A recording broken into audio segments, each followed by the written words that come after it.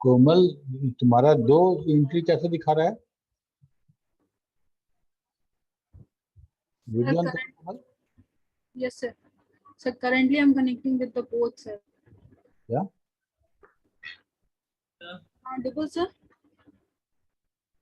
Video on करो ना।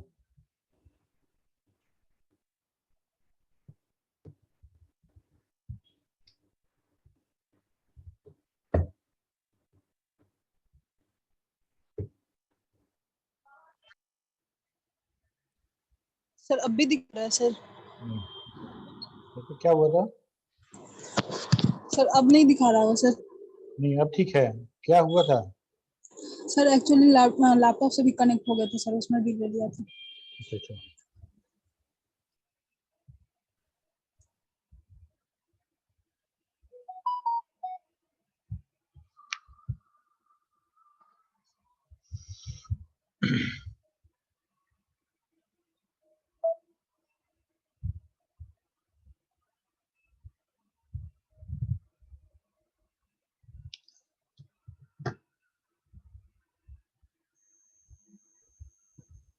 Sir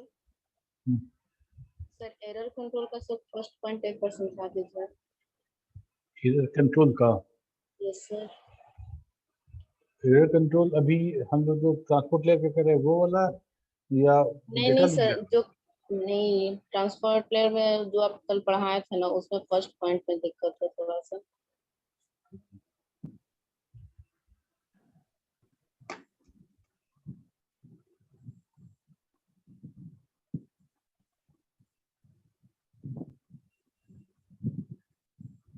अच्छा, हम लोग जो मार्किंग किए थे, मार्किंग में जो सवाल था वैसा कोई सवाल जो किसी को समझ में नहीं आया हो, उसको नॉर्मली हम लोग डिस्कस करते हैं। इस बार ध्यान नहीं रहा, तो वैसा कुछ होगा तो याद अगर हो तो बताना। Related to IP address numerical questions. Sir मुझे पूरा आईपी एड्रेस में प्रॉब्लम है और बाकी सब ठीक है। अच्छा, यस सर। सर उसमें जो आप होस्ट और डेस्टिनेशन ये सब है, उसमें थोड़ा ज्यादा दिक्कत हो रहा है। उसके लिए देखो, बड़ा बहुत सिंपल तरीका है। क्लास ए, क्लास बी और क्लास सी, ये 3 क्लास का, इस 3 क्लास का रेंज याद कर लो। सर पढ़े थे उसके बाद में, मतलब सर उसके नेक्स्ट का जो पढ़े ना, वो आप ए बी सी जो क्लास ए 4 पार्ट में डिवाइड किए उसको पढ़े, तो उसके बाद भी नेक्स्ट में जो पीडीएफ था उसको पढ़े तो फिर समझ में नहीं आ रहा। अगर मान लो, समझो, मान लो हम बोल रहे हैं कि 130.130.1.1, या फिर Yes, ये हम एक होस्ट का आईडी बता रहे हैं, होस्ट एड्रेस बता रहे हैं, और पूछ रहे हैं इसका नेटवर्क आईडी क्या होगा। बताओ, वह 130 है शुरू में, yes, पहला वाला ऑक्टेट में 130 है, तो किस क्लास का होगा? 130 जैसे बता रहे हैं सर। क्लास ऐसे बेसी का होगा। क्लास सी का? Yes sir. क्लास बी का ना होगा? बी का सर। सर बी में हाफ क्लास बी का होगा, ठीक है, क्लास बी का होगा। और जब क्लास बी का होगा, जब ये बात पता चलता है, तो हमको ये भी पता चलता है कि क्लास बी में फर्स्ट 2 ऑक्टेट जो है वो नेटवर्क के लिए होता है, ठीक। और नेटवर्क एड्रेस जानने का तरीका है कि नेटवर्क एड्रेस को ऑन रखो और होस्ट को 0 कर दो, वो नेटवर्क एड्रेस हो गया। 130.10.00 ये नेटवर्क एड्रेस हो गया, ठीक है। और Yes, होस्ट sir. के जगह पे अगर 255 दोनों जगह कर दें तो वो हो जाएगा ब्रॉडकास्ट। सर होस्ट को क्या बोले? जैसे 2 ऑक्टेट बचा ना हम लोग का Yes, होस्ट sir. के लिए, Yes, sir. उस दोनों को 255 कर दो, तो नेटवर्क जो हुआ हमारा 130.10 एक नेटवर्क है। इस नेटवर्क में जितने होस्ट होंगे उन सबको, अगर किसी को अगर ब्रॉडकास्ट करना होगा तो नेटवर्क आईडी के आगे सारा 255 कर दो, वो ब्रॉडकास्ट नेटवर्क बन जाएगा। ठीक है, ब्रॉडकास्ट करने का मतलब क्या कि वो मैसेज उस नेटवर्क में सारे सिस्टम को डिलीवर होगा। समझी कि नहीं समझी बताओ? ये सर समझ गए। ठीक है ना। अगर क्लास ए का है, क्लास ए का आईपी एड्रेस है, पहला वाला नेटवर्क बाकी सब 000 कर दो, हो गया नेटवर्क एड्रेस। क्लास सी का है तो 3 रहेगा, चौथा वाला 0 कर दो, हो गया नेटवर्क एड्रेस। होस्ट वाला पार्ट को 0 कर देना है। ठीक है, सर यस सर। तो होस्ट वाला पार्ट कौन है, नेटवर्क वाला पार्ट कौन है, कैसे पता चलेगा? इसके लिए तुमको रेंज याद रहेगा, देखते ही समझ जाओ ये क्लास बी का है, क्लास ए का है, क्लास सी का है। जब क्लास पता चल जाएगा तो हमको ये भी पता चलेगा कि कौन सा ऑक्टेट नेटवर्क वाला है और कौन सा होस्ट वाला है। होस्ट वाला है। यस ठीक है ना। Yes sir. क्लियर हुआ? Yes sir. आईपी एड्रेस सब क्लियर हो गया ना प्रियंका? यस आपको सर। दिक्कत? Yes no sir. ठीक है, पढ़ोगी तो दिक्कत होगा, ठीक, पर नहीं पढ़ने पे दिक्कत नहीं होगा। सर एक्चुअली सर मम्मी का हाथ टूट गया था, इसी वजह से बहुत डिस्टरबेंस हो गया। कैसे? बस चेयर से ही गिर गई और उसका हाथ टूट गया, बहुत मतलब पूरा हड्डी ही अलग हो गया, एकदम अलग अलग। मुझे बात है।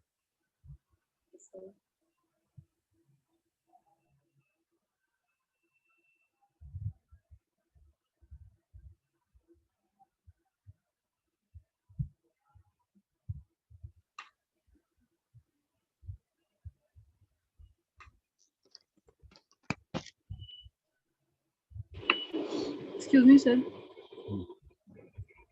बोलो।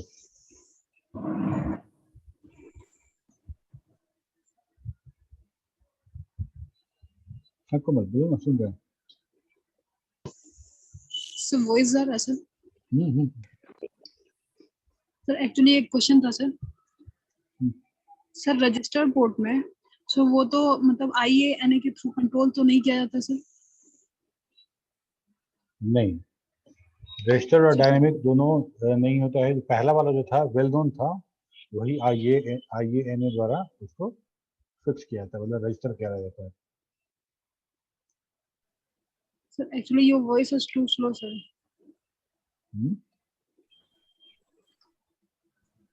Sir your voice is too low sir.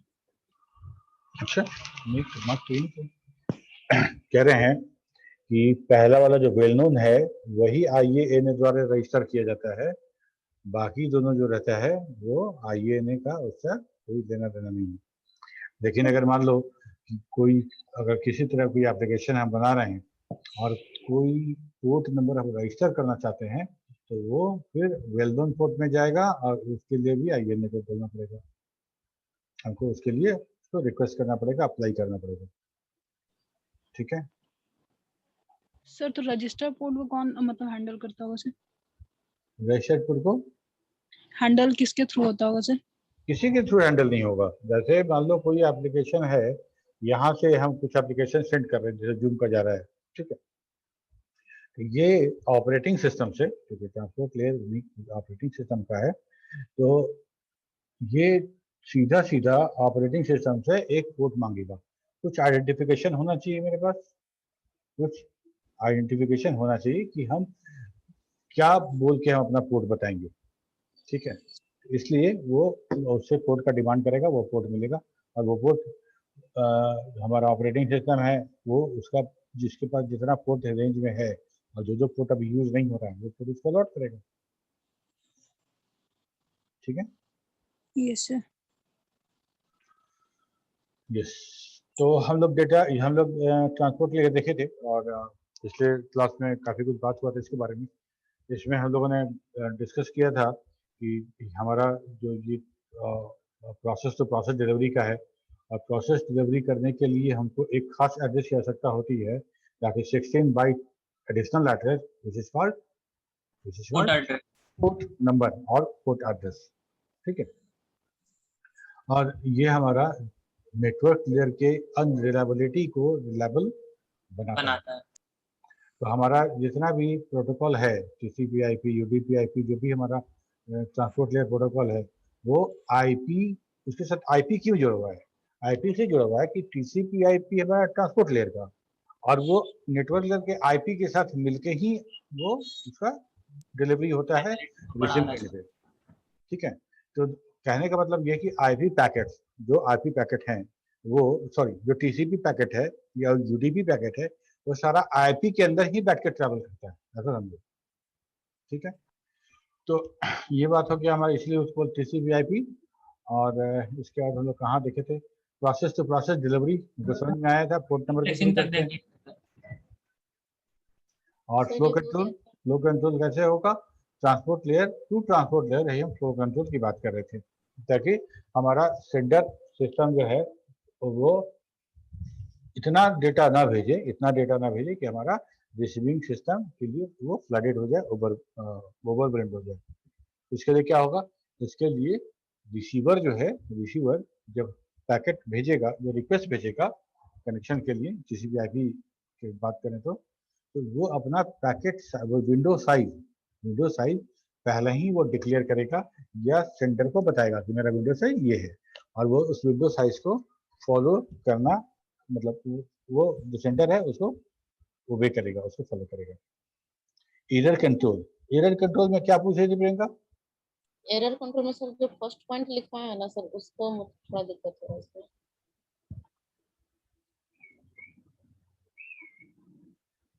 Error control, जैसे अभी इसके पहले जो एरर कंट्रोल हम लोग पढ़े थे, वो पढ़े थे डेटा लिंक लेयर में। और Yes, data sir. Link layer में जो था, अब सोचो, ट्रांसपोर्ट लेयर से सेगमेंट मिला, सेगमेंट हेडर के साथ सेगमेंट मिला हमको, और वो नीचे आया तो आईपी पैकेट, आईपी हेडर जुड़ा, मेरा नेटवर्क लेयर का हेडर जुड़ा। उसके बाद जब और नीचे गया मेरा पैकेट, तो वहाँ पे मेरा डेटा लिंक लेयर का हेडर जुड़ गया, और वही पैकेट डिलीवर हुआ। तो इतना बड़ा हम छोटा सा भेजे थे और इतना बड़ा पैकेट बन गया, और इस पैकेट का करेक्टनेस चेक किया जा रहा है डेटा लिंक लेयर पे। ठीक है, अब ये डेटा लिंक लेयर से करेक्ट होने के बाद ये ऊपर रिसीविंग एंड पे जब पहुंचेगा ट्रांसपोर्ट लेयर के बाद, तो ट्रांसपोर्ट लेयर को सेगमेंट मिलेगा, एक सेगमेंट मिलेगा, सेगमेंट नंबर और पोर्ट नंबर के साथ, जो ट्रांसपोर्ट लेयर भेजा था सेंडर वाला। अब ये दोनों सेगमेंट समान है कि नहीं है, एक और एरर कंट्रोल की आवश्यकता है।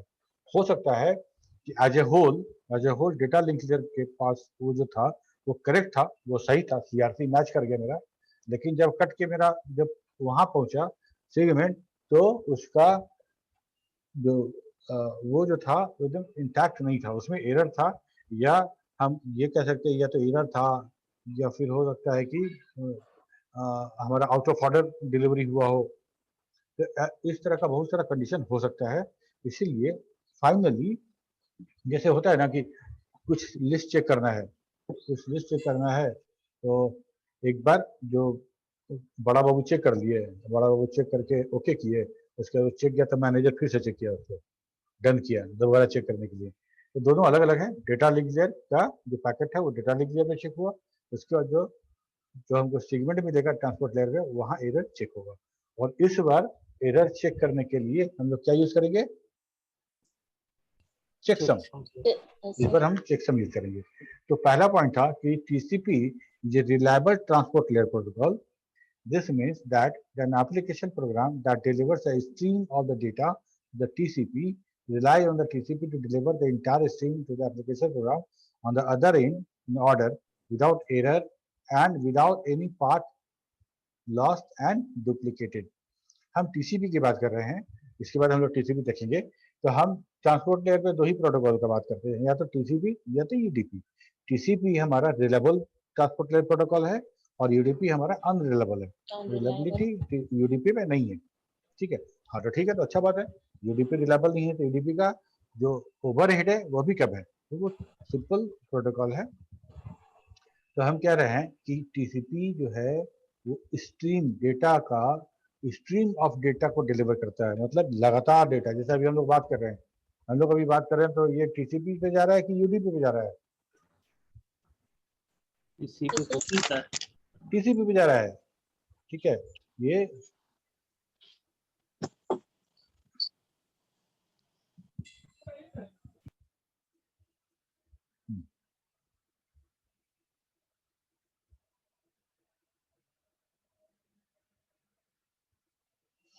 तो कह रहे TCP is a reliable transport layer protocol. This means that an application program, कोई application program, Zoom मान लेते हैं या browser मान लेते हैं, कोई भी, that delivers a stream of data to TCP, TCP को डिलीवर किया, मतलब TCP में TCP प्रोटोकॉल को जो कि रिलाई करता है TCP पे कि डिलीवर करेगा पूरा स्ट्रीम, पूरा बिट ऑफ स्ट्रीम को डिलीवर करेगा, क्योंकि हम और तुम बात करें तो अगर 1 घंटे तक लगातार पूरा शो में स्ट्रीम जाएगा, ठीक है, अलग बात है वो सेगमेंट में बांट के ऐसे से जाएगा, लेकिन पूरा स्ट्रीम को ये डेटा डिलीवर करेगा to the application from on the other end in the order.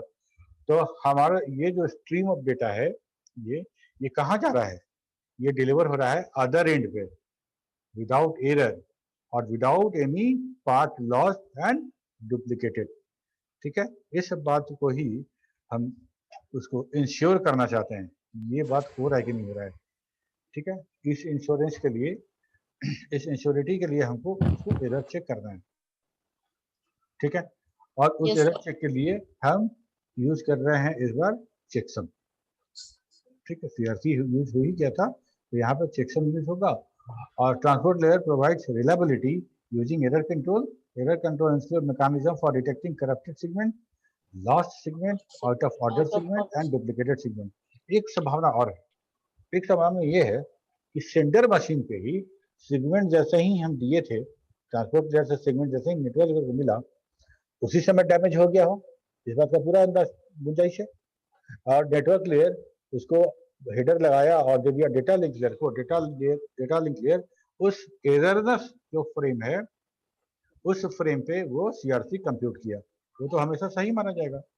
लेकिन जब वह पहुंचेगा डेटा वहाँ ट्रांसपोर्ट लेयर के पास या एप्लीकेशन के पर, तो क्या होगा, जैसे मान लो कि अभी कुछ वीडियो है और यहाँ से कुछ गया वीडियो करप्ट हो गया कुछ पोर्शन उसका, तो तुमको क्या मिलेगा, तुमको स्टिल या कुछ जिग जैग करता हुआ कुछ वीडियो उस तरह का तुमको डिलीवर होगा, ठीक है। तो वो डिलीवरी ही चेक करने का काम है, तो हम चेक कर लें कि हमारा ठीक है कि नहीं, ठीक है। Yes, sir. Error detection in transport layer is achieved through the use of checksum, Checksum. ठीक है। इसके बाद ये तो हमने देख ही लिए थे, क्योंकि हमारा Yes, sir. पहला जो 3 लेयर है वो हर एप्लीकेशन के पास है। वो पहला 3 लेयर जो है वो OS का पार्ट नहीं है, application layer, presentation layer and session layer, Yes, ये sir. हर वो एप्लीकेशन जो नेटवर्क पे डेटा सेंड करना चाहता है या डेटा क्रिएट कर रहा है नेटवर्क पर सेंड करने के लिए, वो 3 लेयर उसके पास है। और उस 3 लेयर के बाद जब डेटा फाइनली प्रोड्यूस होगा भेजे जाने के लिए, तब वो ट्रांसपोर्ट लेयर के पास आएगा, और दिक्कत ये है कि हमारा जो सिस्टम है नेटवर्क लेयर का, कंप्यूटर का नेटवर्क जो इंटरफेस के लिए, उसमें नेटवर्क लेयर एक ही दिया गया है। उसमें ऐसा नहीं है कि नेटवर्क लेयर मल्टीपल कर देंगे, अलग अलग थ्रेड बना देंगे, तो कुछ नहीं है, नेटवर्क लेयर एक है। नेटवर्क लेयर एक होने से क्या एक जो प्रॉब्लम है, प्रॉब्लम क्या बोलेंगे, एक जो लिमिटेशन हो जाता है वो ये कि जितना एप्लीकेशन है वो सारा का सारा रिस्पॉन्सिबिलिटी, सारे एप्लीकेशन का रिस्पॉन्सिबिलिटी इसी ट्रांसपोर्ट लेयर को है। तो ट्रांसपोर्ट लेयर क्या करेगा कि सारे डेटा को लेगा और इसको डिस्टिंग्विश कैसे करेगा। अब यहाँ पे 3 ड्रम था, तीनों में अलग अलग चीज सामान रखा था और एक ही ड्रम में सबको डाल दिए, तो कैसे पता चलेगा कौन किसका है। तब उसके पोर्ट लिए नंबर के मदद से, किसके नाम से, पोर्ट नंबर के मदद से सर, एग्जैक्टली पोर्ट नंबर के माध्यम से ये बाद में डीमल्टीप्लेक्स भी कर लिया जाएगा। अभी मल्टीप्लेक्स कर दिए, सबको मिला दिए और सब मिला के फिर एक लाइन से ट्रांसपोर्ट लेयर के नीचे एक लाइन, फिर वहां से डेटा लिंक लेयर एक लाइन, वहां से नेटवर्क भी सिंगल लाइन जाएगा। तो सिंगल लाइन में ये तीनों एप्लीकेशन का डेटा जाएगा और पोर्ट नंबर के बेसिस पे बाद में इसको अलग अलग कर दिया जाएगा। सर सोर्स कोई प्रोसेस मतलब भेजा है सर, किसी प्रोसेस का मैसेज डेस्टिनेशन तक, और पोर्ट जो सेंडर था सर उस पे जो एप्लीकेशन वो रन कर रहा था वो जिस पोर्ट पे रन कर रहा था, क्या ये नेसेसरी है सर कि जो डेस्टिनेशन के मशीन पे भी वही पोर्ट पे रन करेगा सर? वेल नोन पोर्ट तो उसी पे रन करेगा, वेल नोन नहीं सर, वही है। रजिस्टर्ड और डायनामिक की बात करें तब तो डिफरेंट हो सकता है ना, हाँ, जो भी बिल्कुल, खाली रहेगा वो बिल्कुल, असाइन हो जाएगा। हम्म। वेल नोन में तो सर स्टैंडर्ड प्रोटोकॉल जो है वो सबके लिए सब, हाँ, well-known। स्टैंडर्ड प्रोटोकॉल जितना है सबके लिए। अब जैसे मान लो जूम है, ये TCP/IP सूट यूज कर रहा है, तो इसके लिए वो TCP/IP का जो उसका IP है, सॉरी उसका जो पोर्ट है वही यूज होगा। Yes sir. ठीक है। तो at the sender end, sender side, there may be several process that need to send packet. However, there is only one transport layer protocol at the end. This is many to one relationship and requires multiplexing. यहाँ दिक्कत नहीं है किसी को? No sir. No sir. Demultiplexing भी हो जाएगा। ठीक है। Yes sir. Yes sir. Okay, तो अब यहाँ पे हम लोग बात करते हैं ट्रांसपोर्ट लेयर प्रोटोकॉल की। हम ट्रांसपोर्ट लेयर प्रोटोकॉल में बात करेंगे हम लोग इसका यूडीपी, टीसीपी और HTTP. The original TCP/IP protocol should specify two protocols from the transport layer, that is UDP and TCP. There are three protocols: UDP, TCP and HTTP. Okay.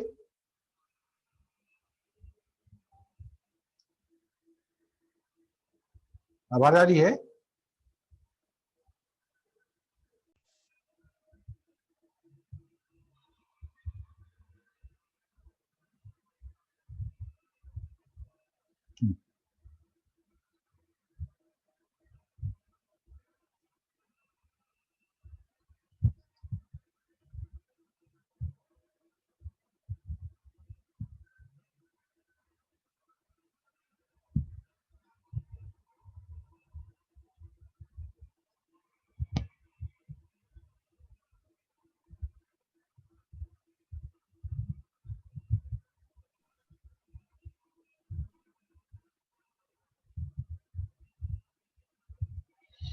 Okay, तो तीन protocol हमको पढ़ना है transport layer पे। एक तो है हमारा यूडीपी, टीसीपी और एचटीटीपी। ठीक है, चलो हम लोग स्टार्ट करते हैं। देखो, ये हमारा इस तरह का ये हम एप्लीकेशन लेयर बता रहे, ये सारा का सारा मेरा एप्लीकेशन है। और ये ट्रांसपोर्ट लेयर का तीन प्रोटोकॉल है, यूडीपी, एचटीटीपी और आईपी हमारा नेटवर्क लेयर है। इसी आईपी को यूज करके हमारा सारा ट्रांजेक्शन होगा। ठीक है, तो इसीलिए बोलते हैं TCP along with the IP, UDP along with the IP. ठीक है, तो दो सूट हो जाता है, मतलब टीसीपी आईपी बात करेंगे, मतलब टीसीपी एक प्रोटोकॉल है और इंटरनेट प्रोटोकॉल एक दूसरा प्रोटोकॉल है, दोनों कंबाइन करके। ओके, तो चलो हम अभी इसी चीज को दिखा देते हैं यहाँ पे कि एचटीटीपी ये सारा का सारा हमारा। आवाज नहीं आ रहा है? सर एक बार प्रीवियस स्लाइड खोलिए ना। मेरी आवाज आ रही है ना? साउंड? यस सर, आ रहा है। सर ये पहले एप्लीकेशन लेयर का क्या बतला रहा है सर जो है?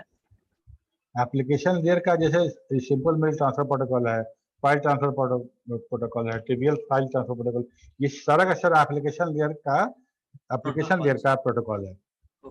ठीक है, और एप्लीकेशन लेयर का प्रोटोकॉल है और उसका नीचे ट्रांसपोर्ट लेयर पे ये तीनों प्रोटोकॉल आ गया।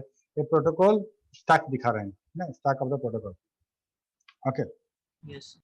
तो ये हमारा इस तरह से काम होगा। तो UDP that is user datagram protocol. आवाज आ रही Priyanka? Yes sir. Yes sir. ठीक है, तो the user datagram protocol is a connectionless, unreliable transport layer protocol. It simply provides process to process communication. It performs very limited error checking. UDP is a very simple protocol using a minimum of overhead.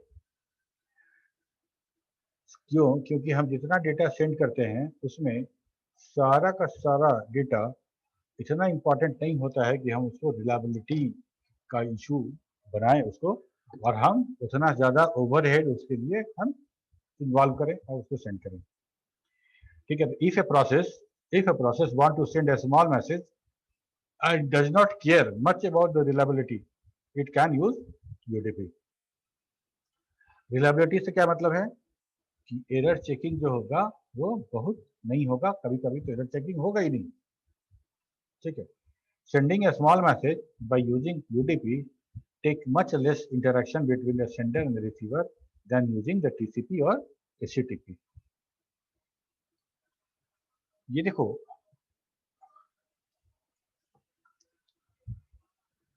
ये हमारा UDP packet है, data plus header,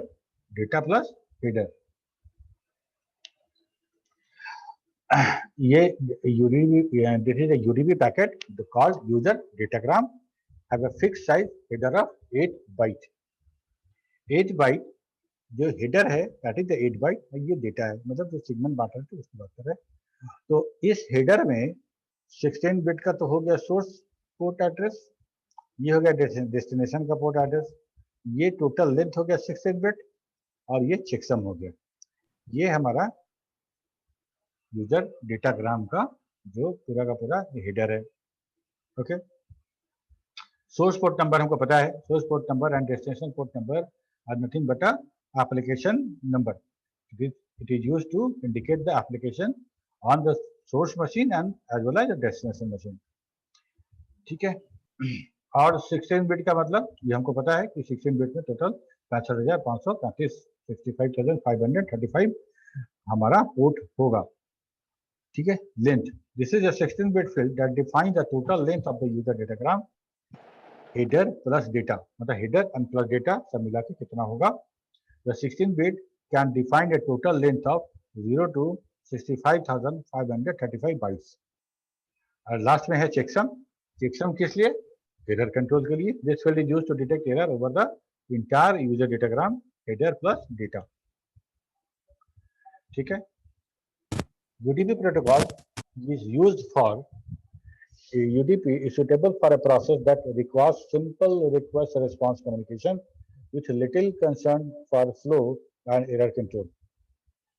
It is not usually used for the process that needs to send bulk data. अगर connection list की बात करते हैं, connection list, तो अभी हम जितना भी जो क्लाइंट सर्वर की बात करते हैं, जैसे जीमेल का बात करो या जहाँ कहीं भी तुम लॉगिन से ऑथेंटिकेशन हमको मिलता है, तो सारा का सारा कनेक्शन लिस्ट सर्विस है, कनेक्शन लिस्ट सर्विस है। और उस कनेक्शन लिस्ट सर्विस के लिए हम क्या यूज करते हैं? UDP. UDP is suitable for the process with internal flow and error control mechanism. For example, the trivial file transfer protocol process includes flow and error control. Flow and error control. UDP is suitable transport protocol for multicasting. Multicasting capability is embedded in the UDP software, but not in the TCP software. UDP is used for management process such as SNMP. UDP is used for some root operating protocols such as routing information protocol RIP. जो हम लोग router table का जो बात कर रहे थे, routing table एक जो एक्सचेंज होता है राउटर के बीच में, उसके लिए। ठीक है, तो ये हमारा हो गया। तो इतना चीज है जिसके लिए UDP प्रोटोकॉल हमको बेस्ट सूटेड है और जिसके लोग तो इस्तेमाल करते हैं। ठीक है, अनरिलायबल करने का मतलब ये नहीं है कि हमारा डेटा एकदम करप्ट ही हो जाएगा, बिकॉज कि हमको एक बहुत बड़ा जो एरर कंट्रोल है वो डेटा लिंक लेयर पे ऑलरेडी हो रहा है, हमको डेटा लिंक लेयर पे हो रहा है। इसलिए उस एरर चेकिंग के बाद बहुत कम चांस बचता है कि हमारा UDP पैकेट जो है हमारा वो डैमेज हो जाएगा, डैमेज मिलेगा। ओके सर, वहाँ पे मल्टीकास्टिंग का सर मतलब क्या है सर? मल्टीकास्टिंग का मतलब होता है कि अगर हम जैसे वीडियो है अगर, तो वीडियो को अगर हम मल्टीकास्ट करने का मतलब कि वो डिफरेंट चैनल पर डिलीवर हो रहा है। ठीक है, सिंगल कास्ट मल्टीकास्ट नहीं पढ़े थे हम लोग, तो वो डेटा जो एक से ज्यादा नेटवर्क एक से ज्यादा होस्ट पे जो डिलीवर हो रहा है, दैट इज मल्टीकास्ट। ओके, तो TCP मतलब transmission control protocol.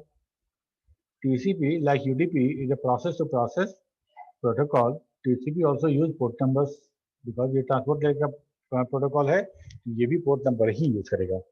TCP is a connection oriented protocol.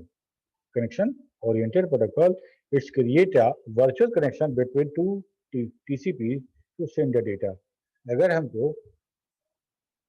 अगर जैसे मान लो कि हम कह रहे हैं कि जो हमारा TCP प्रोटोकॉल यूज कर रहा है, इसका मतलब ये हो रहा है कि डेटा सेंड करने के पहले यहाँ पे एक कनेक्शन एस्टैब्लिश किया गया है इस सेंडर सिस्टम से और रिसीविंग सिस्टम से। ठीक है, सेंडर रिसीवर कैसे कह सकते हैं, क्योंकि ये फुल डुप्लेक्स चैनल है, जो तुम बोल रहे हो वो भी यहाँ आ रहा है, हम जो बोल रहे हैं वो भी वहाँ जा रहा है, ठीक है। तो सेंडर दोनों है, दोनों रिसीवर है, मतलब फुल डुप्लेक्स चैनल है।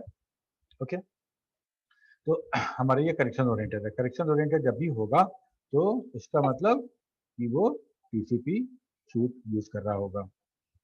तो ये क्या करेगा, क्रिएट करेगा एक virtual connection and then data will be sent. हम लोग देखे थे कनेक्शन ओरिएंटेड, ठीक है। Okay, TCP uses flow and error control mechanism at the transport level. TCP is a connection-oriented reliable transport protocol because it adds connection-oriented and reliability feature to the service of IP. Service of IP मतलब IP address को ही use करके कर रहे हैं, और IP address बोलते हैं network layer का प्रोटोकॉल है, और नेटवर्क लेयर का बोलते हैं कि तुम रिलायबल नहीं हो, तो उस ट्रांसपोर्ट लेयर के नेटवर्क लेयर का जो आर्किटेक्चर है, उसका जो आईपी है, उस आईपी पे ट्रांसपोर्ट लेयर रिलायबिलिटी ऑफर करता है। TCP, unlike UDP, is a stream-oriented protocol. It means it allows the sending process to deliver data as a stream of bytes and allows the receiving process to obtain data as a stream of bytes. समझ में आया बात वाला? UDP से just विपरीत है ना। Unlike UDP, TCP is a stream-oriented protocol. Stream मतलब लगातार, ऐसा नहीं कि हम मेल बनाए, मेल में अटैच किए और सेंड कर दिए, ठीक है। तो मेल में तो लिमिटेड डेटा था, चला गया, ठीक है, मेल में चला गया, लेकिन हमको लगातार डेटा करना है। जैसे मान लो हम क्रिकेट हो रहा है और क्रिकेट का हम यहाँ पे टेलीकास्ट हो रहा है, वो तो शुरू हुआ गेम तब से लेके अभी तक होगा, मूवी देख रहे हैं या अभी हम लोग जो जूम पे पढ़ाई कर रहे हैं, ये इस तरह का स्ट्रीम डेटा लगातार वाला डेटा को डिलीवरी जो है वो टीसीपी के माध्यम से होता है। It means it allows the sending process to deliver data as a stream of bytes and allow the receiving process to obtain data as a stream of bytes. ये हमारा कुछ पोर्ट नंबर है TCP का। UDP का port number दिखाए थे क्या, भूल गया क्या?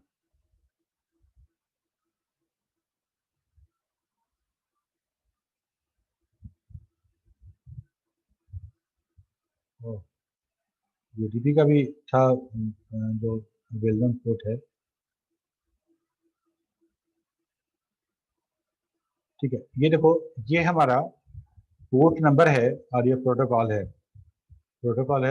और इसी प्रोटोकॉल का डिस्क्रिप्शन है। तो टीसीपी प्रोवाइड, टीसीपी सर्विसेज में अगर हम बात करें तो टीसीपी सर्विस क्या क्या सर्विस देगा टीसीपी। तो सबसे पहले the TCP provide process to process communication using port numbers.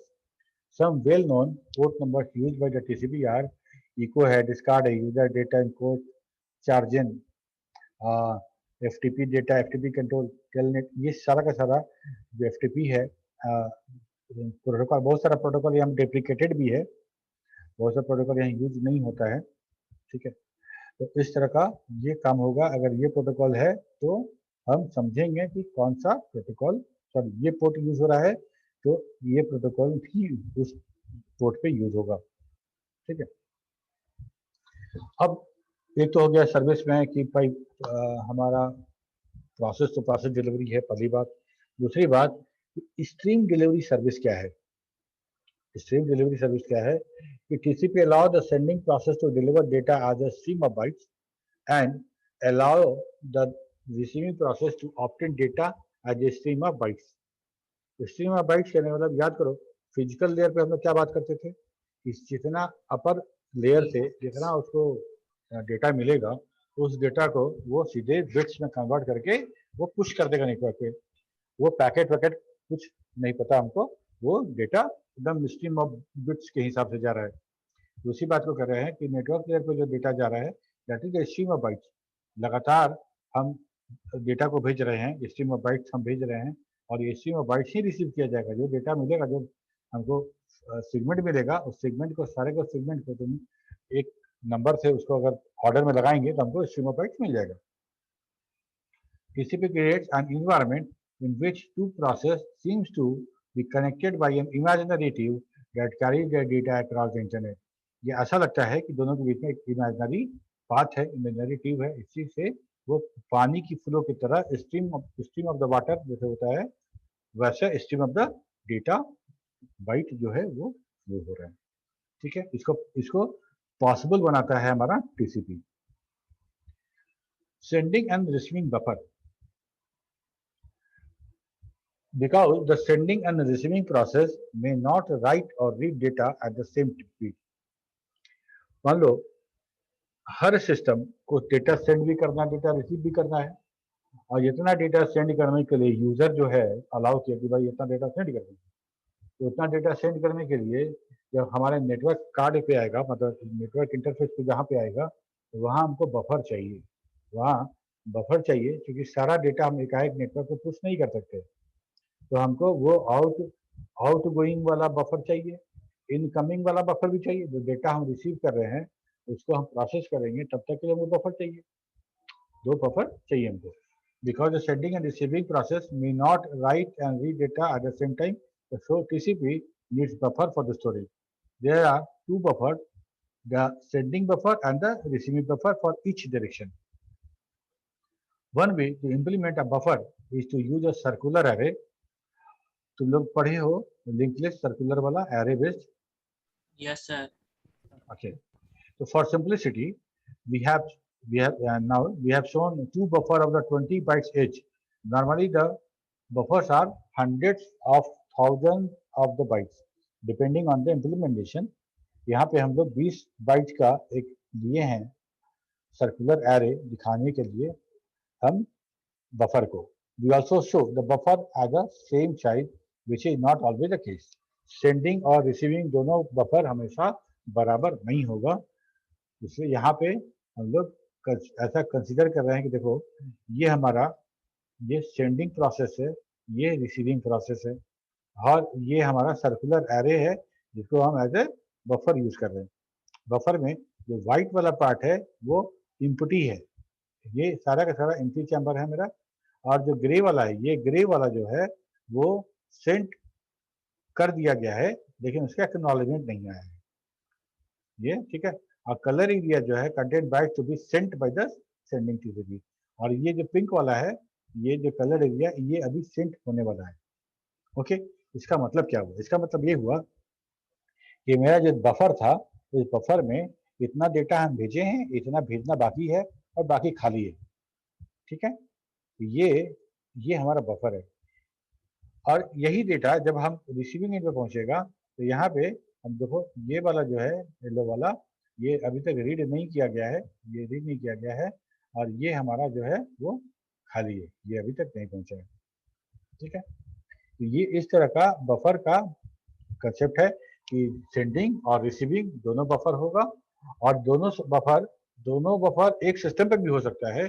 इसीलिए कि मान लो ये इसको सेंड कर रहा है, इस सिस्टम को भी तो कुछ सेंड कर रहा होगा, एक रिसीविंग बफर और होगा इस सिस्टम के लिए। क्लियर हो रहा है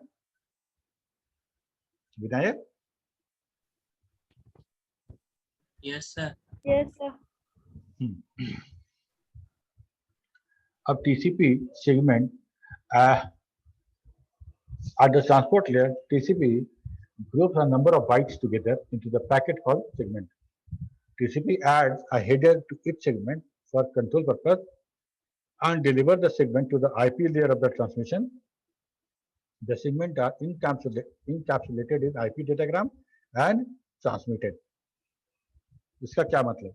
इसका मतलब ये कि हम जिस सेगमेंट की बात कर रहे हैं उसी को बोल रहे हैं टीसीपी सेगमेंट। तो हमको जो सेगमेंट ऊपर से जो stream of data stream of bite मिला सेशन लेयर पे, तो उसको हम लोगों ने क्या किया कि उसको सेगमेंट में डिवाइड करना शुरू किया,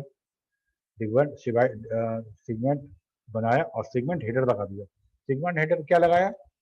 उसमें हम लोगों ने पोर्ट एड्रेस और segment number.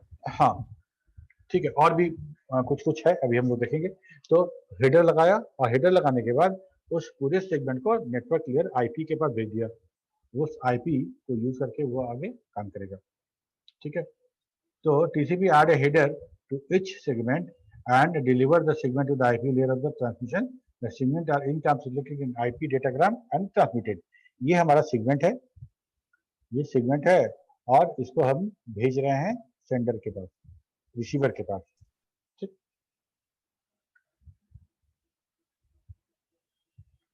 Full duplex communication services के बारे में बात करें हम लोग, TCP offer full duplex service in which data can flow in both directions at the same time. At the same time, each TCP then has a sending and receiving buffer and segment move in the both direction. हम अगर mail करते हैं तो क्या उसका confirmation हमको आता है? SMS करते थे तो SMS का डिलीवरी आता था, वो याद होगा तुमको। अगर हम किसी को ईमेल करें और वो कहे कि ना हमको तो नहीं मिला, तो हमारे पास कोई तरीका है क्या प्रूफ करने का कि नहीं तुमको मिला है, तुम झूठ बोल रहे हो? सर मैसेज सेंड का ऑप्शन आता है, अगर इमेज मतलब ईमेल डिलीवर हो जाता है तो सर सेंड कर दिए, मैसेज सेंड कर दिए, तो मैसेज सेंड यहाँ पे लिखा message send, yes Okay. Sir, but it is delivered और नॉट, यस सर, उसका मैसेज एक्नॉलेजमेंट तो आता नहीं है। No sir. इसीलिए हम बोलते हैं कि यूडीपी जो हमारा अनरिलायबल है, और बहुत टाइम ऐसा हो सकता है, इस बात की संभावना है कि मेल कोई करे और मेल तुमको ना मिले, पहली बात। दूसरी बात, क्योंकि हमारा वो फुल डुप्लीकेट नहीं है, इसीलिए एक्नॉलेजमेंट का व्यवस्था भी नहीं है। एक्नॉलेजमेंट का कि मेल डिलीवर हो गया वो, लेकिन हमारा टीसीपी क्या है कि ये फुल डुप्लेक्स कम्युनिकेशन है, दोनों तरफ का कम्युनिकेशन है। Each TCP has a sending and the receiving buffer and segment move in the both direction. Connection oriented भी है। कनेक्शन ओरिएंटेड कहने का मतलब क्या कि डेटा सेंड करने के पहले हम रिक्वेस्ट वर्चुअल करेंगे पाथ को कनेक्शन के क्रिएट लिए, करेंगे सर। कनेक्शन रिक्वेस्ट हो जाए, कनेक्शन ओके होगा, उसके बाद हम डेटा सेंड करना शुरू करेंगे। तो टीसीपी इज ए कनेक्शन, हम लोग जो बोलते हैं ना VoIP, voice on internet protocol, that was nothing but a using by TCP. TCP is a connection-oriented protocol. When a process at site A wants to send and receive data from another process at site B, the following occurs. The two TCP establish a connection between them, A and B, and data are exchanged in both directions. The connection is terminated. ठीक है, connection establish होगा, और connection establish होने के बाद data send किया जाएगा, और डेटा सेंड करने के बाद जब डेटा सेंड का काम पूरा हो जाएगा तो डिस्कनेक्ट हो जाएगा, क्लियर ऑफ हो जाएगा कनेक्शन। इसके बाद है रिलायबल सर्विस। अगर लॉन्ग क्वेश्चन में पूछेगा कि what is TCP and what is tell something about TCP service है, तो ये सब सर्विस तुमको वहाँ लिख देना होगा। रिलायबल सर्विस क्या है? TCP is reliable transport layer protocol. It uses an acknowledgement mechanism to check the safe and the sound arrival of data, and we will discuss further in section other section. तो reliable data हो गया, reliable service हो गया कि TCP error control करेगा, error check करेगा। ये हमारा फॉर्मेट है टीसीपी का, ये हेडर एंड द डेटा। ठीक है, अब यहाँ पे एक एक करके देखो। Source port address and destination port address, sequence number 32 bit का रहेगा, ये 16 बिट का। एक्नॉलेजमेंट नंबर रहेगा वो 32 बिट का। ये है हेडर का length 4 bit, reserve bit 6 bit, ये फ्यूचर यूज करिए। और ये कुछ कंट्रोल बिट है, कंट्रोल बिट है कुछ, टोटल 16 बिट है, 4 बिट और 6 बिट, 6 बिट ये 6 6 12 4 16, तो ये कुछ कंट्रोल बिट है। और जिस कंट्रोल बिट करने का मतलब ये कुछ कंट्रोल इंफॉर्मेशन देने के लिए, ठीक है। और इसी में विंडो साइज भी है, जो सेंडर अपना विंडो साइज बताएगा। और इसके बाद ये हो गया चेकसम, जिसमें कि हम एरर कंट्रोल करेंगे। और ये अर्जेंट पॉइंटर हो गया 16 बिट का, यहाँ भी ये भी अर्जेंट है, ये ऑन रहेगा तो इसका काम होगा। इसके बाद ऑप्शंस एंड पैडिंग। ओके, एक एक करके देखते हैं हम लोग।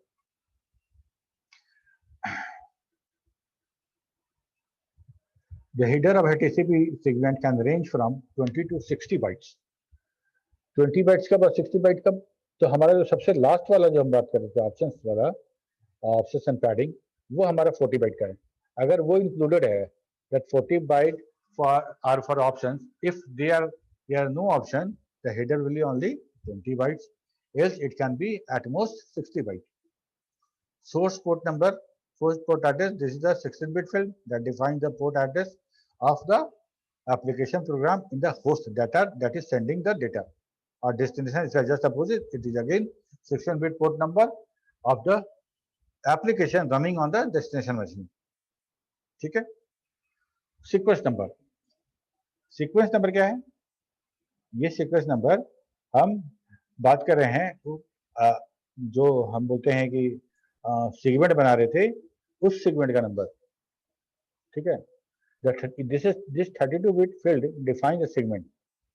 It is used to reassemble the message at the receiving end if the segment are received out of order. Acknowledgement number. This 32-bit field defines the byte numbers that the receiver of the segment is expecting to receive next. ये 32 bit में वो बात करेंगे हम लोग acknowledgement के लिए, कौन सा हमको सेगमेंट नंबर कौन सा रिसीव हुआ उसका. ठीक है? उसका header length, H length. Header length में एक समझो कि हमको सिर्फ 4 बिट मिला है, 4 बिट मिला है और हम 4 बाइट का हेडर हमको बताना है तो कैसे बताएंगे? देखो, this 4-bit field indicates the number of 4 byte word in the TCP header. 4 bit में हम 4 बाइट कैसे बताएंगे? तो तरीका क्या था कि the length of the header can be between 20 to 60 byte. 20 to 60 byte हो सकता था. So therefore the value of this field can be between 5 to 15. हम 4 से गुना करेंगे. हम जितना 4 बिट है, 4 बिट में 2 to the power 4 मतलब 2 दूनी 4 दूनी 8 दूनी 16. हम इतना ही रख सकते हैं. 0 से 15 वैल्यू रख सकते हैं. तो 0 से 15 रख सकते हैं. तो हम लोग क्या किए कि उसमें 4 से मल्टीप्लाई करना शुरू कर दिए. तो हम 5 रखेंगे तो 4 से मल्टीप्लाई होगा 20 और 15 रखेंगे तो 4 से मल्टीप्लाई करके हम टोटल हेडर लेंथ उसका हम निकाल लेंगे. सर ये 5 into 4 का मतलब सर क्या बता रहे हैं? देखो, हेडर लेंथ या तो हम बोले 20 या तो 60. Yes sir. है ना? 20 और 60. हमको टोटल हेडर लेंथ पूरे पैकेट में जो टीसी जो सेगमेंट है उससे हमको इस बताना है कि कितना बाइट का है, 20 का है या 60 का है. ठीक है? तो अगर हम 20 लिखना चाहते, 2 दूनी 4 दूनी 8 दूनी 16 दूनी 25, हमको 5 बिट चाहिए होता. Yes sir. है ना? और 60 लिखना चाहते तो हमको 6 बिट चाहिए था. ठीक है? और हमारे पास हम 4 बिट में काम चला रहे हैं. तो 4 बिट में जो इंफॉर्मेशन रख रहे हैं उस इंफॉर्मेशन को आज हेडर लेंथ के लिए तरह पे यूज नहीं कर रहे हैं. हेडर लेंथ को कंप्यूट करने के लिए उसको यूज कर रहे हैं. हेडर लेंथ को 4 बिट पे हम 0 से 15 ही रख सकते हैं. तो हम क्या करेंगे कि हेडर में एच लेंथ में जो वैल्यू रखा हुआ है उसका 4 टाइम्स जो होगा वो हमारा हेडर लेंथ होगा. ठीक है? तो फॉर द कंप्यूटेशनल पर्पस इसको कंप्यूट कर रखा गया. अगर वहां 5 है तो हम उसको 4 से गुना करेंगे, समझ जाएंगे कि this will be 20 byte. Yes sir. ठीक है? सर यहाँ वैल्यू बोला गया है वैल्यू 5 मल्टीप्लाइड बाय 4. तो कुछ बोला क्या? Yes sir. सर यहाँ 5 से 15 के बीच में हेडर लेंथ को फील्ड को कहा गया है the value of this field. So sir 0 भी तो हो सकता है ना? 0 कैसे होगा? मतलब सर 0 से 15 तक होगा तो 5 मतलब पहला 4 वैल्यू को एक्सक्लूड कर दिया गया इसमें, क्यों सर? नहीं समझे तुम्हारा बात. सर जैसे यहाँ 5 से 15 तक का रख सकते हैं ना वैल्यू सर. हाँ, 4. 0 से हाँ ठीक है 5 से 15, 1 से सर लेके 15 तक. हाँ तो सर 1 से लेके 4 तक को क्यों नहीं इसमें रखा गया? मतलब एक्सक्लूड क्या किया गया? यहाँ पे बिटवीन लिखा गया 5 से 15 के बीच में ही. इसीलिए ना कि हम लोग यहाँ शुरू में पढ़े नहीं थे. यहाँ पे ये हमारा ये जो हेडर है, अगर ये ऑप्शन एंड पैडिंग ये 40 बाइट्स का है, अगर ये एडेड है ये टोटल 20 बाइट का, और ये 40 और ये 20 टोटल 60 हो गया. अगर ये एडेड नहीं है तो 20 बचा, ओनली 20. ठीक है? यस. तो आइदर 20 और 60, आइदर 20 और 60 या बोलो एट मोस्ट 60 भेज सकते हैं हम लोग. तो उसको जानने के लिए ही ये काम किया गया कि हम इसको उस तरह से अगर हम 5 रखेंगे तो हम 4 से गुना करके 20 पहुंच जाएंगे। अब हमको 4 से गुना करना है तो वहां वैल्यू क्या रखें जो 4 से गुना करने पे हमको 20 मिल जाए, तो that will B 5। Yes sir. ठीक है, यस सर। उसके बाद है रिजर्व बिट। तो this is a 6-bit field reserved for the future use. Okay, इसके बाद जो था कंट्रोल फ्लैग था, फ्लैग कंट्रोल फील्ड या कंट्रोल फ्लैग के लिए control this field defines 6 different control bit और flags, one or more of these bits can be set at a time. Their function are urgent point is valid, urgent file है हमारा, urgent data जा रहा है, acknowledgement है तो acknowledgement number is valid, अगर हम रिक्वेस्ट पुश रिक्वेस्ट कर रहे हैं तो उसके लिए है, रीसेट द कनेक्शन, कनेक्शन को रीसेट करना है उसके लिए है, synchronize sequence number and terminate connection. ये सारा का सारा जो है हमारा ये सब इसीलिए है कि हम कुछ कंट्रोल मैसेज सेंडर और रिसीवर के बीच में भेज सकें। ओके, इसके बाद था विंडो साइज। विंडो साइज जैसे हमको पता है कि सेंडर और रिसीवर के बीच में विंडो साइज का जो एक कम्युनिकेशन होता है, इसीलिए कि हमारा फ्लो कंट्रोल बना रहे, फ्लो कंट्रोल को वो कर सके। तो this field defines the size of the window the bytes that the other party must maintain. Note that the length of this field is 16-bit, which means that its maximum size of the window is 65,535 bytes. This value is normally referred to as the receiving window, and it is determined by the receiver, and the sender must obey the dictation of the receiver in this case. तो total 16 bit है, जिसमें window size जब हम request करेंगे, ठीक packet भेजेंगे जब हम रिक्वेस्ट करने के लिए, तो उसके साथ ही हम भेज देंगे विंडो साइज। चेकसम, चेकसम क्या है? The 16 bit field contains the checksum. The calculation of the checksum for the TCP follow the same procedure as the one described in the for the UDP. UDP भी checksum use करेगा, not guaranteed, पर कर सकता है। However, the inclusion of the checksum in UDP datagram is optional, whereas the inclusion of checksum for the TCP is mandatory. ठीक है, ये mandatory है। इसके बाद है urgent pointer or this 16-bit field which is valid only if the urgent flag is set. Urgent flag अगर set किया गया 1 है तब urgent pointer को देखा जाएगा, and it is used when the segment contains urgent data. इसके बाद सबसे लास्ट वाला 40 बाइट्स वाला ऑप्शन पैडिंग, जैसे बहुत सारा, चूंकि 40 बाइट्स का है, बहुत सारा इंफॉर्मेशन है, और इंफॉर्मेशन उतना इंफॉर्मेशन डिस्कस करना संभव नहीं था। जैसे तुमको आरएफसी दिख रही है यहाँ पे, इस आरएफसी को अगर एक बार क्यूरी करोगे तो ये पता चलेगा शॉपिंग कितना सारा डेटा है। ओके, तो ये था हमारा आईपी का टीसीपी का सेगमेंट। ठीक है, अगले क्लास में हम लोग बात करेंगे कि टीसीपी कनेक्शन कैसे होता है, टीसीपी कनेक्शन कैसे होता है। उसके बाद हम लोग टीसीपी मॉडल भी देखेंगे। ठीक है, उसको ओएसआई लेयर से कंपेयर भी करेंगे और आगे समझेंगे इसको। ठीक है, एक्सक्यूज मी सर। यस कमल। सर हेडर लेंथ फिर से एक बार कंटिन्यू कर दीजिए sir. Header length, yes sir. Header length हमारा 4 बिट का है। 4 बिट में हम कितना इंफॉर्मेशन रख सकते हैं? तो हम 4 बिट में 0 से 16 टू द पावर 4, 0 16 मतलब 0 को हटा दो, 1 से 15 तक हम रख सकते हैं। टोटल 16 मतलब 1 से 0 से 15, तो 0 तो हटा देते हैं, 1 से 15 हमारे पास वैल्यू है जो हम रख सकते हैं। उस 4 बिट के इंफॉर्मेशन से हमको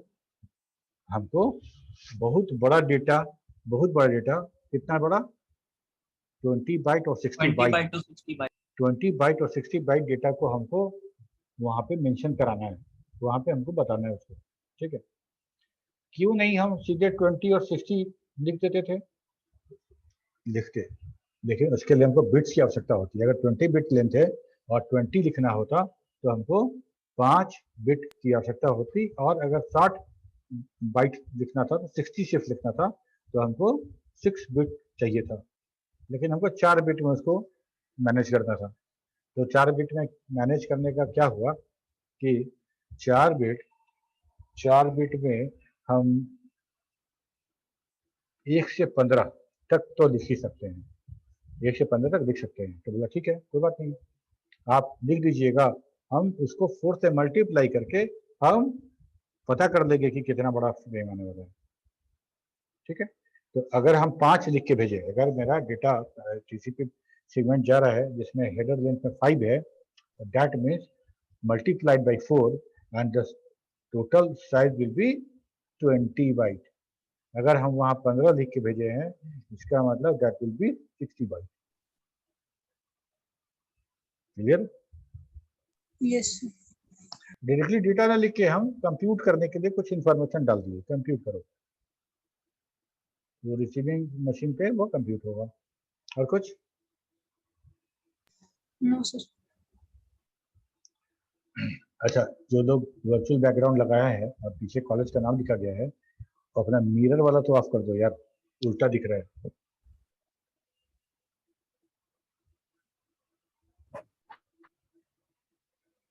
अमन, कास्तुब, सर मेरा effect off सीधा कर। दिख, सर मेरा सीधा है ना। मिरर इफेक्ट ऑन है ना दोबारा? तो तुम्हारा वाला तो हमको ना दिखेगा, तुमको कैसे दिखेगा?